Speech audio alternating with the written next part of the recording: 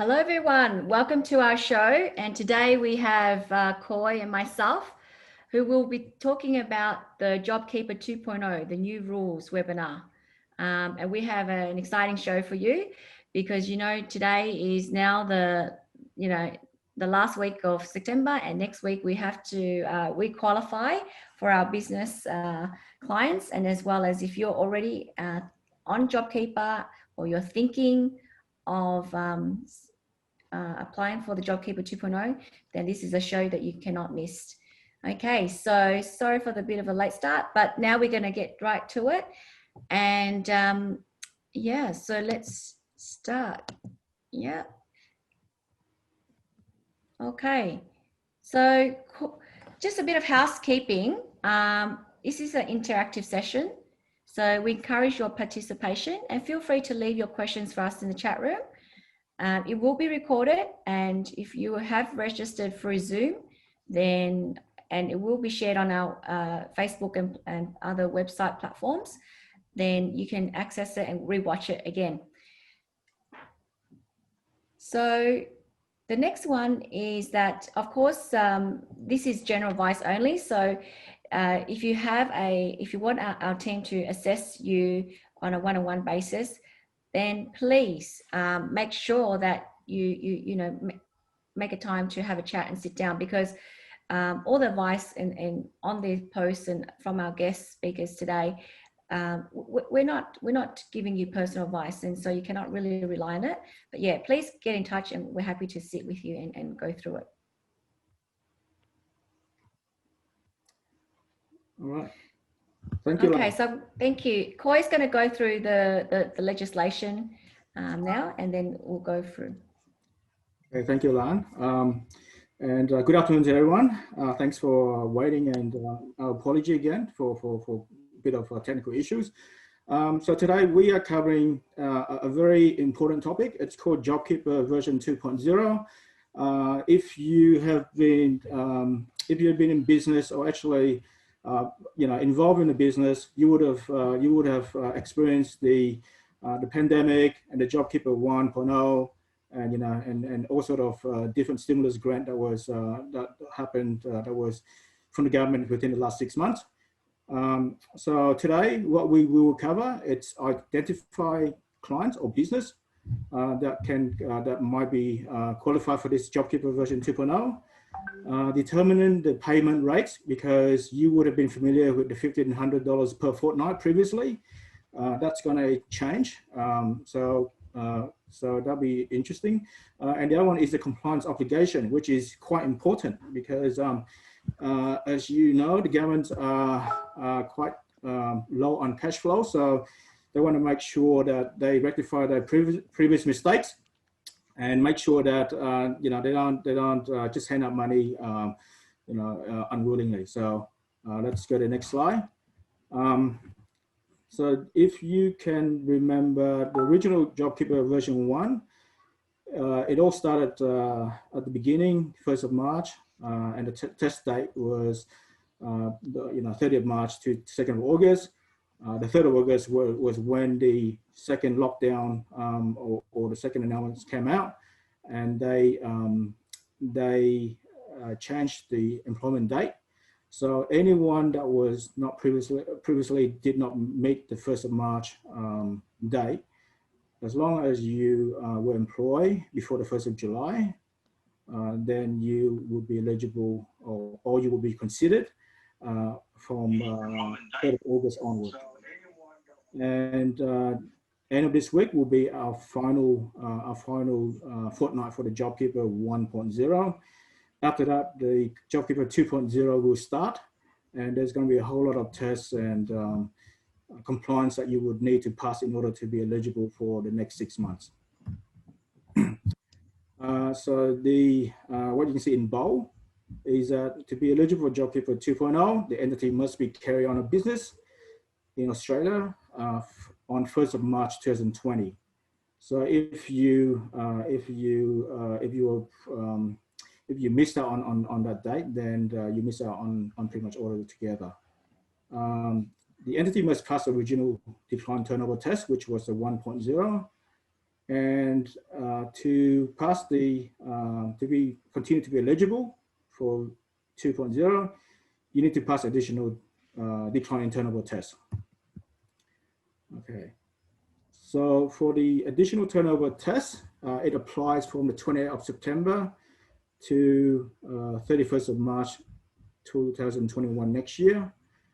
And it's going to be based on your current GST turnover. So if you cast your mind back, it was based on your monthly figures, and also you can rely on your projection as well. But this new version 2.0, it will be based purely on your actual GST turnover. And if you fail it, then you're going to fail it altogether. And the tax tip: so an entity can potentially access JobKeeper for the period between 4th of January to 20th of March, even if it does not qualify for the JobKeeper between the. So what that means is, if you so we're looking at the next 2 quarters. We're looking at your October to December quarter, and then your January to March 2021 quarter. So if you miss out on the first quarter, it doesn't mean that you will miss out altogether. So if your second quarter you pass the test, then you'll be eligible, and also vice versa. So if you qualify for the first quarter, and then but if you don't qualify for the second quarter, then it doesn't automatically means that you get the second quarter as well. So the test has to be done over the 2 quarters. Yep. So just reiterate, current GST turnover will be used. So it's whatever you know, the bookkeeper, accountants prepare report on the BAS will be based on that, and that's what the ATO will use if they decide to audit your eligibility for the JobKeeper version 2.0. Sales of capital assets are included. So for example, if you sold some plant equipment, given the pandemic, a lot of business might have decided to sell some plant equipment in order to have cash flows to survive the 6 months. Then that will be part of the GST turnover. The other so the next sentence: ignore input tax supplies are not connected to Australia, or amounts that don't represent consideration. So what that means is, if your entity has residential rental or interest or dividends, those are excluded, so that you don't include that in your assessment. And also you don't include things like JobKeeper, the business support fund, because it's not part of the business. But if the business receives if business receives grants for other purpose, then that might still be included. The other things that need to be considered is, if you are an importer-exporter business, and you import the goods, but it goes from say a foreign country A, and it goes straight to a foreign country B, then those amounts would be excluded because it doesn't go through Australia. The only thing that goes through Australia is actually the paperwork. So those would be excluded as well. And so in saying that, care needs to be taken when you do this test on your September quarter and December quarter turnover, because we're quite sure that some people make mistakes as well, and they might include things that they shouldn't have included, and that might just throw them out of being eligible for JobKeeper version 2. So it might be, so it's best to seek professional advice. Don't do it yourself. So the other rules that are quite important is that entities that are registered for GST must use the same accounting basis that is used for BAS. So if you lodge your BAS on accrual basis, then the test needs to be done on accrual basis, and vice versa. If you do cash, then it has to be done for cash. An interesting, someone raised the queries is, what if I was on accrual basis, and because of the pandemic, I changed it to cash? Because what happened is, because with accrual, you're pretty much paying GST the date that you issue your invoice. So say on the 30th of June, you issue an invoice for 33,000, including GST. Then when you lost your June batch, you have to pay 3,000 GST, even though you might not receive the payment until say 31st of July. So some entities might say, look, I don't want to pay GST until I actually receive the money, and change the accounting basis. And what I tell you say is that bad luck, it doesn't matter. We are going to use the basis that was previously. So the comparison period, okay? And entities that are not registered with GST, so those that are under the threshold of 75,000, which are not compulsory to register with GST, can use either, but it has to be consistent, and they have to notify the ATO as well that which method they are using. Okay. So the JobKeeper version 2, the payment rates will no longer be your $1,500 fortnight. It will be reduced into 2 tiers. So and it will be based on whether the employees are on 20 hours or more, or less than 20 hours. So if you're on the less than 20 hours, then you will be on the lower rate. And those on a higher 20 hours, you'll be on a higher rate. So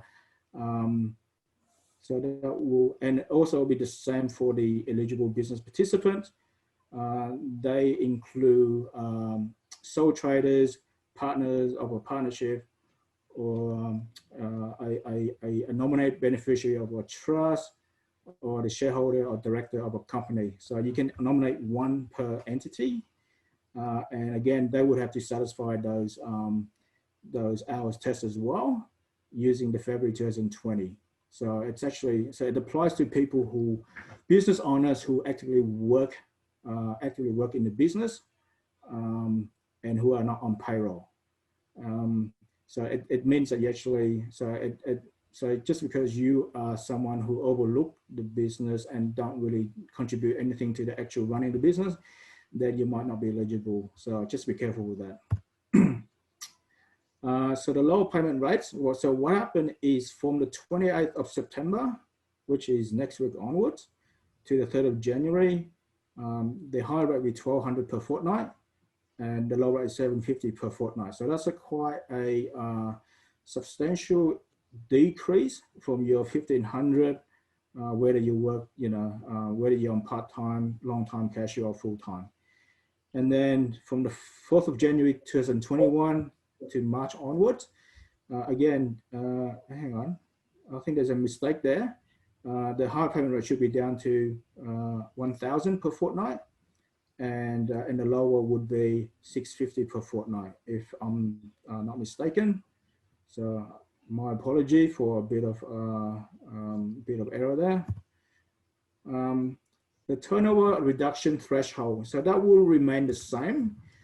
So any business that has turnover over $1 billion, they would need to be at least 50% down. Most mom and dad business will be less than $1 billion. Will still be using the 30%, minimum 30% reduction.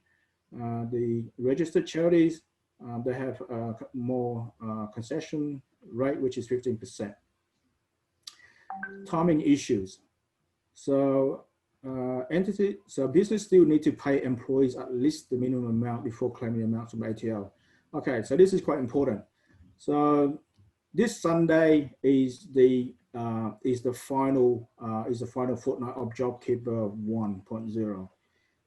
After that, JobKeeper 2.0 will commence, and there will be 2 fortnights in October that you as business employer, as business owner, will need to make sure that you pay your any eligible employees the minimum wage condition, and you have until the 31st of October 2020. So there's quite a few things that need to be need to make sure you put in place.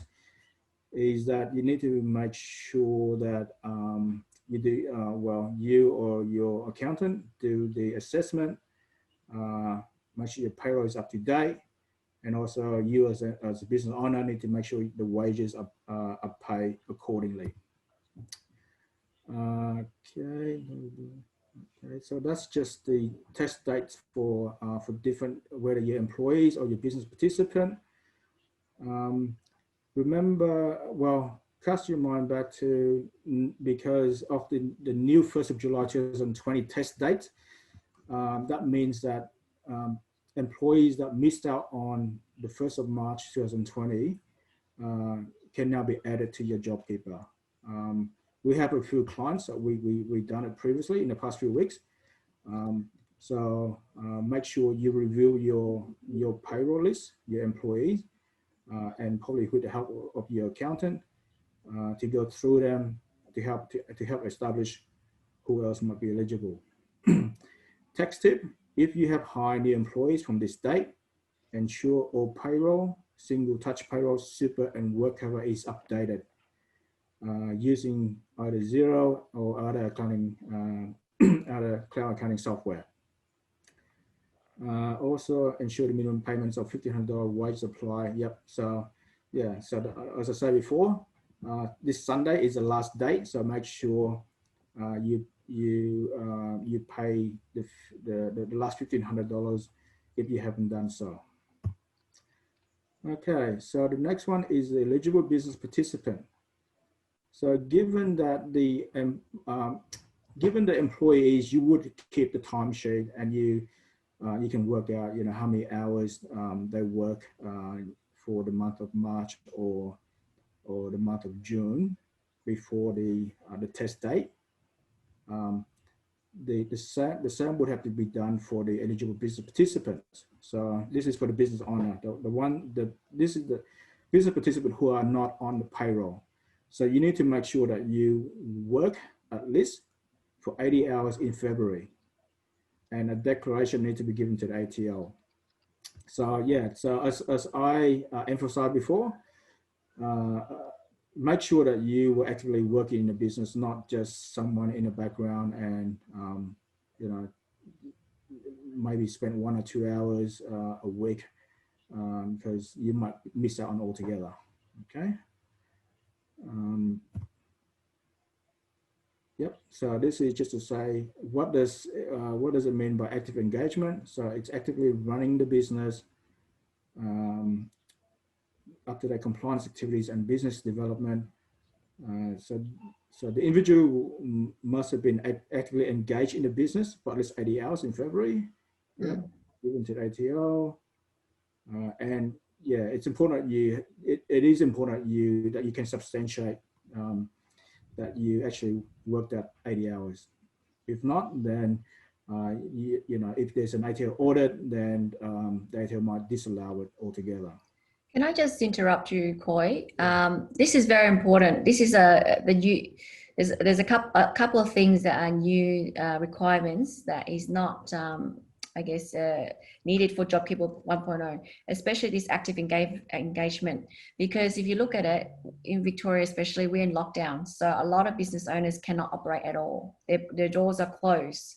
So if you cannot reasonably show that you're active 80 hours, meaning if your doors are closed and you're at the golf field every day, or just not doing the business work, then back in the JobKeeper 1.0, it's fine. But from 1 October, that's not fine. So you actually have to show that you do at least 80 hours. Is it 28 days? Within the 28 days. So we suggested some things like, get your BAS and, get your compliance done during this period, get your bookkeeping up to date. If you're out, if you're behind in your taxes, this is a great time to get it sorted, because that's part of the work. And also business development, which means, yes, your business may be closed, but you can work on your marketing or your online or your website. Because if you're doing nothing, you'll have a hard time to prove it. And that could you know, that could mean that you fail JobKeeper 2.0. So this is a very important point here. Okay, so I just thought I'd emphasize that a bit more. Now, when we do for clients, we will already help them with their plan, like how we're going to substantiate the 80 hours and suggest ways for you to do it. If you're planning to do it yourself, of course, you must keep a record timesheet to show, because you're not just showing for once off, but you're actually, you know, continuously showing that through the, I guess, the 6 months that you're going to get for JobKeeper 2.0. So yeah, just to note that. Thank you, Lan. Okay, so test date for eligible business participant is still 1st of March 2020. But yeah, but you use the month of February, the full month of February, which is 29 days. To get your minimum 80 hours. Okay, sorry. Okay, so determined pay rate for employees. So the higher rates would apply to employees' 20 hours of work, pay leave, and pay absent on public holiday, at least 80 hours. So we cover that. And the pay cycle is longer than 28 days. Then, so if the pay cycle is longer than 28 days, then a pro rata calculation needs to be done. So your bookkeeper or the person that responsible for payroll should be able to help you with that. If the relevant month cycle has 31 days, then use 28 of 31 28 over 31 hours. Okay. So reference periods for employees. So 2 standard reference periods. So you can either use so for employee ending before the 1st of March or the 1st of July. Remember, the 1st of July is the new date that you can bring in the new additional employees that are eligible for JobKeeper. Then you got the 2 months. One is the month of June. Hang on, sorry. So you got the month of June. You got the month of February, which applies to the 1st of March, and the month of June to be used for the 1st of July. And this will determine whether that employee will be on a high rate or on a low rate. Okay. So ATL has set out alternative reference periods for certain situations. Example, hours worked in the reference periods were not representative of hours worked in earlier periods. Example, unpaid leave was taken, or employed not for the full reference period or not employed at all. So this could be someone that might be that might not be paid by the hours, but could be paid for the work for a task, and it's up to that person to substantiate that task takes up certain hours, and that will be taken into consideration as well. Compliance operations. The new rules need to be satisfied prior to access JobKeeper 2.0. Okay, so as I mentioned earlier, this version 2.0 is more complicated than the first version because there's more compliance involved, and one of the compliance that needs to be done is that you need to notify when you declare your intention to the ATL. You need to do the same to your employees within the 7 days as well. And what I mean by that is whether they are on the lower rate or on the high rate. So both the ATL and your employee need to be notified. Previously, your employee just had to sign off on the nomination form, and that was it. But yeah, but this is there's more compliance work to be done. And if you're a sole trader, then there is no need to notify yourself. It would be silly otherwise. Okay, before we go to that, Koi, can we revisit the active engagement? Because I think some the people on YouTube have missed that. Which one, sorry? The one, engagement.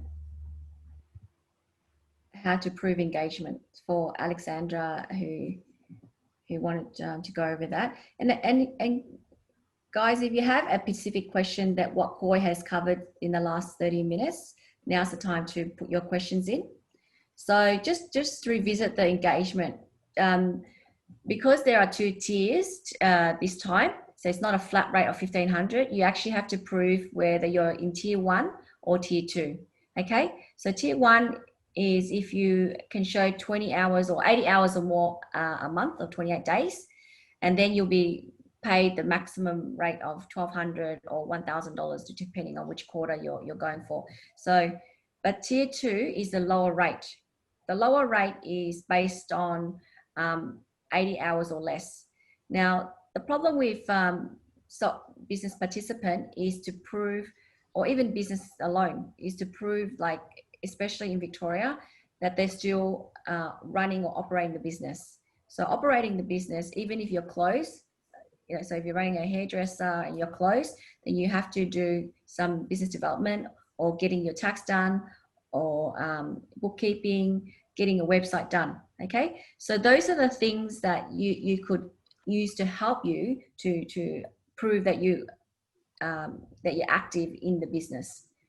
So does that answer your question, Alexandra? Because I think this applies a lot for Victorian businesses, because we are in strict lockdown. Some business can't even open their doors. So if you're unable to prove that, even though you pass the test for turnover, you will have a problem of meeting JobKeeper 2.0. So that is something that our team will be very active in helping you guys to provide, you know, documentation and maybe a record of to prove those 80 hours. Okay. All right. So I'm going to go through what the next steps are. Koi, I'll let you continue. I think I will pass it to you. Thank you. Yep. Stop. You can stop share.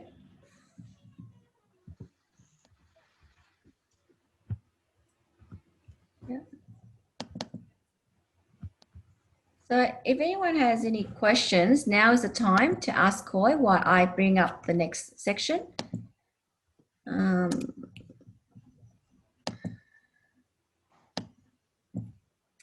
And maybe put in the chat if if there's anything that that you're not sure of how to apply JobKeeper 2.0, especially if you did it yourself. This time, Koi, do you feel that this time is more complex than the first time because of the tiers, and then the active engagement and the compliance is more excessive this time?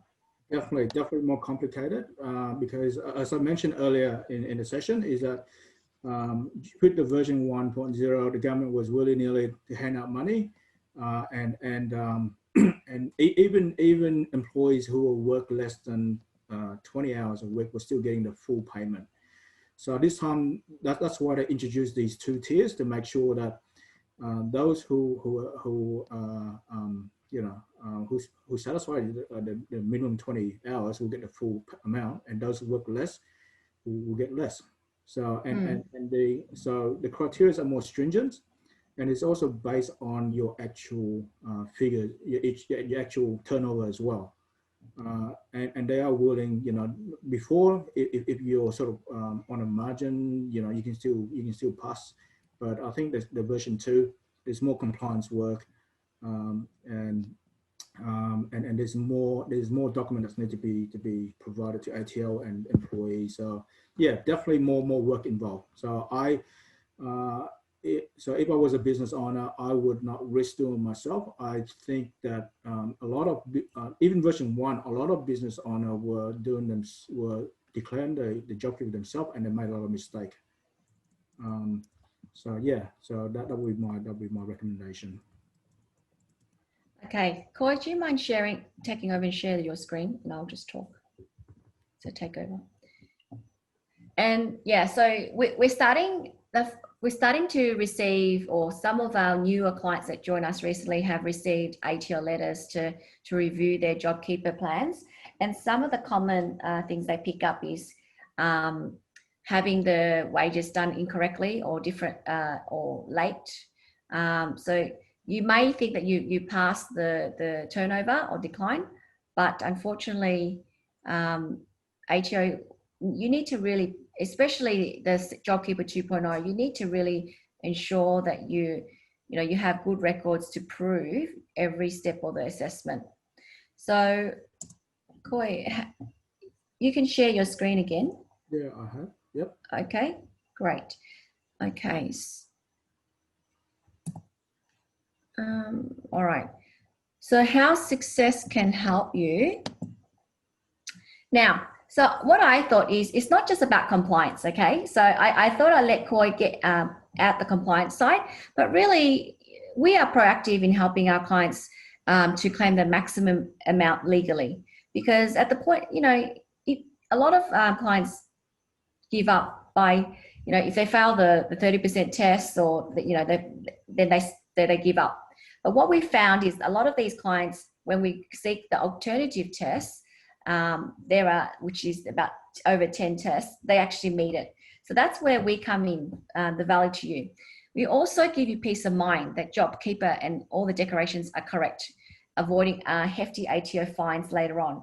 Now, just because you get the upfront payment, it doesn't mean that you've done it correctly. What I found, and shockingly, is that some people, because it's a self-assessment, it's like lodging your tax return. If you've engaged an accountant to lodge your tax return, why wouldn't you engage someone to prepare and help you lodge your JobKeeper? I'll tell you a story about a new client who had no proper wages and bookkeeping. And so we helped her with, getting her up to date. And then we found out that she had not lodged any STP, single touch payroll, or wages. We know which one we're talking about, aren't we, Koi? And she actually received 2 payments for JobKeeper, but she did the JobKeeper herself. And she got an objection letter. So she received 2 payments, and then she got a review later on to ask to repay back. Now, if she simply had, got a bookkeeper or an accountant to help her with the payroll, it wouldn't happen. So these are the kind of minor things that people miss, but it's actually become a big deal later on.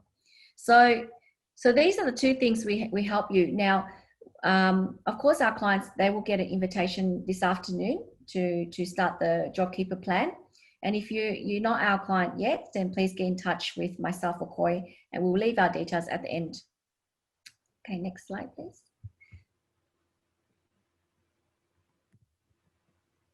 Okay, the value to you for JobKeeper 2.0, as Koi mentioned before, this is a clearer example, is that if you were to assess for the entire extended 6-month period, we would estimate that for an example of 10 employees, you'll get $1,200 per fortnight, and the number and if the number of fortnights is 7 in the first September quarter, then you get up to $84,000. So that's quite a substantial amount of cash flow for your business to use.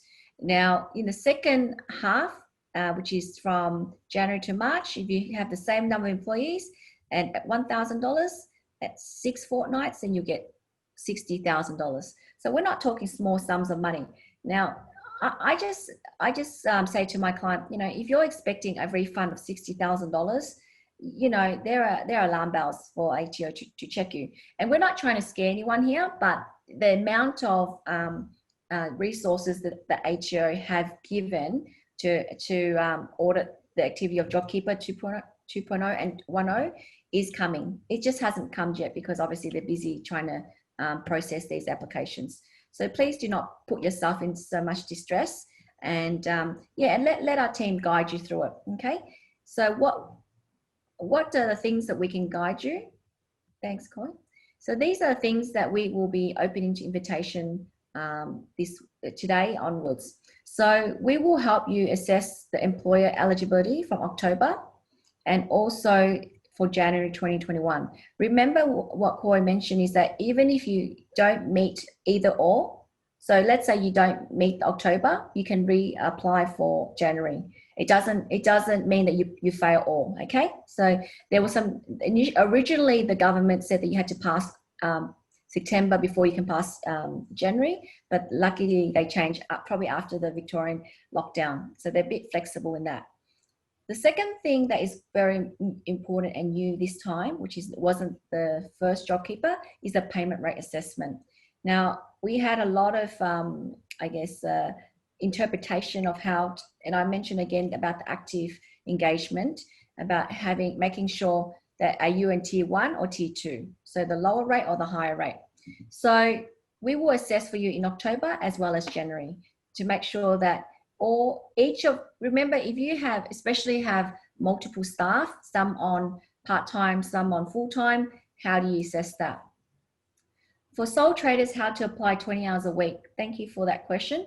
So sole traders will be similar to eligible business participants because you're the owner. So remember, you need to make sure that you keep a record of what you're doing. So if you're working on your website or working on your taxes, make sure that you can substantiate more than 80 hours of that work during a 28-day period. Now that's a lot of, especially if you're closed, if your business is closed, people are thinking, what can I do in 80 hours? So therefore, again, we can help you with that plan to make sure that you don't miss out on the tier 1. Tier 1 is the full payment, which is $1,200. Because if you can't substantiate, most likely you're going to be allocated to tier 2, which is only almost half, okay, $750. So please make sure that you get that right, especially the payment rate. Otherwise, the default is the tier 2, the lower rate. Okay. So the next steps is to reach out to your success accountant if you have one already, like if the one that looks after you day to day, or either Lan or Koi to get your JobKeeper plan out now. Also, Koi mentioned about the GST turnover. Now, that is a significant part of JobKeeper assessment because a lot of people, especially who are locked down, are trying to offload their stock, and that actually defeats the purpose of passing the JobKeeper turnover. So I had a client who ran a automotive shop, and obviously their sales have dropped like dramatically. However, they had a lot of stock, and they sold stock to get the sales, to survive. Unfortunately, the margin was very low because it was just stock on discount, but the gross sales went up. So they actually shoot themselves in the foot, and their turnover now decline is only 24%. So if they had come to do tax planning with us for JobKeeper, then we would have told them, don't do that, okay? Don't liquidate your stock at this time because first, because if you do that, you may, put yourself in a worse off position. So that was a new client that came to us, Koi, and unfortunately we could not reverse for September, but certainly we're telling them to don't do that again in the next quarter. So,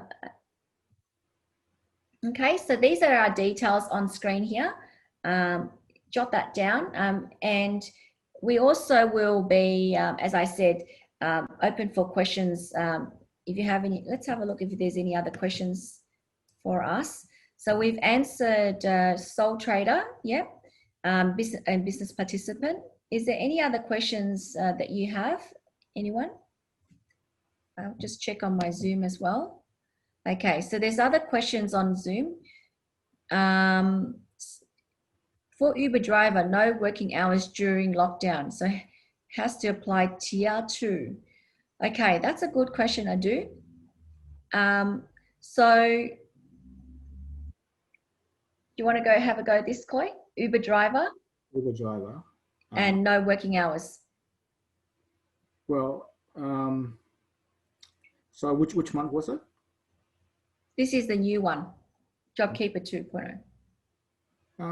How do you substantiate?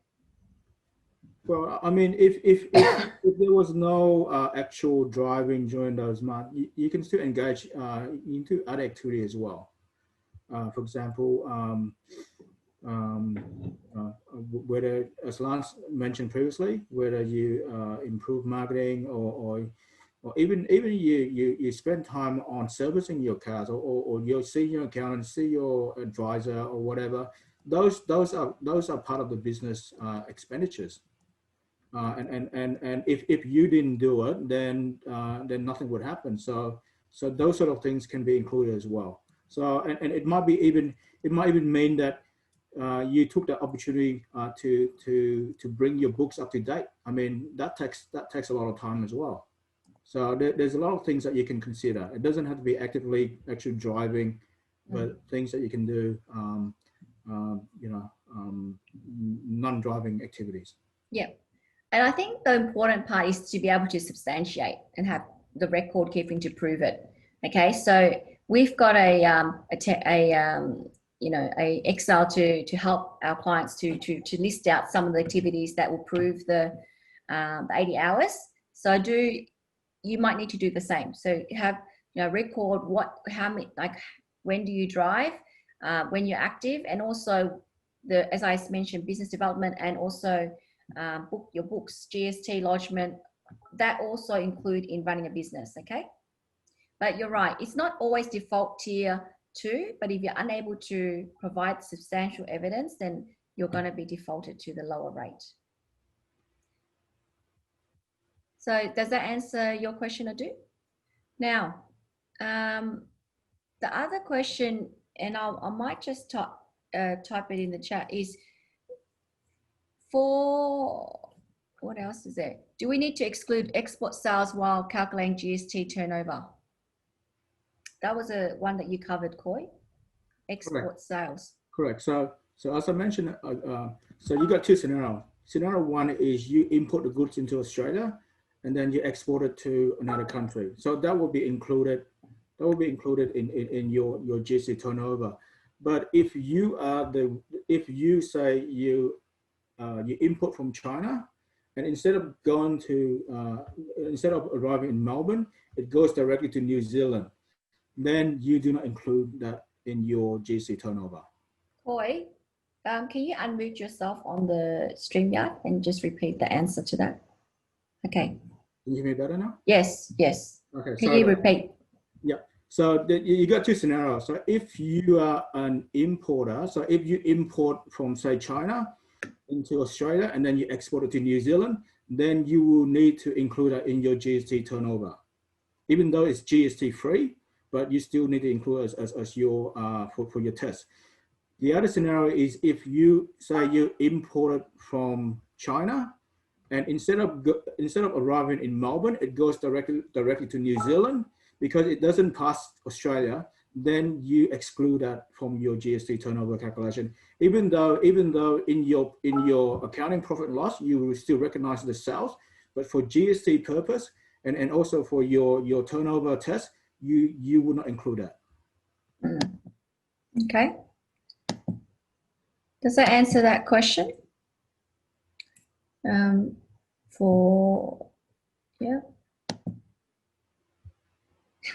No worries. Is there any other questions on JobKeeper 2.0? Let's take a poll. Where's everyone at assessing JobKeeper 2.0? Have you started looking at it, or or is you're leaving it to your accountant to look at it?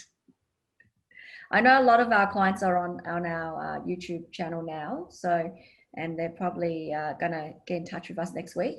But for those who are doing themselves, are you confident now that you can have a crack at it? Because so I mean, as I said, the main difference, the first JobKeeper 1.0 was quite simple. They had a flat rate. This time you just have to make sure that you got records to prove each employee or each business participant, that can, that you meet the 80 hours rule. And secondly, that, for those who are not meet the basic turnover, then there are alternative tests. There's 10 of them. And thirdly, and I want to emphasize this one as well. In the first JobKeeper, the BAS method that you use, whether it be cash or accruals, you can actually alternate between the two methods. Now, I think Koi did mention this, but I'll emphasize it again. So this time, it's only whatever reporting method you use. So if you're lodging BAS on cash, then you need to base it on cash basis to determine the GST turnover. Okay. If you're lodging on accruals, then you have to base it on accruals method. Okay. So therefore, there are stricter rules this time, whereas the JobKeeper 2.0, I think it was new, and the government was writing it as well for the first time, so they missed out a lot of the fine details. Whereas now they are cracking down a bit more, and therefore that's why this webinar has come out to you guys to help you navigate.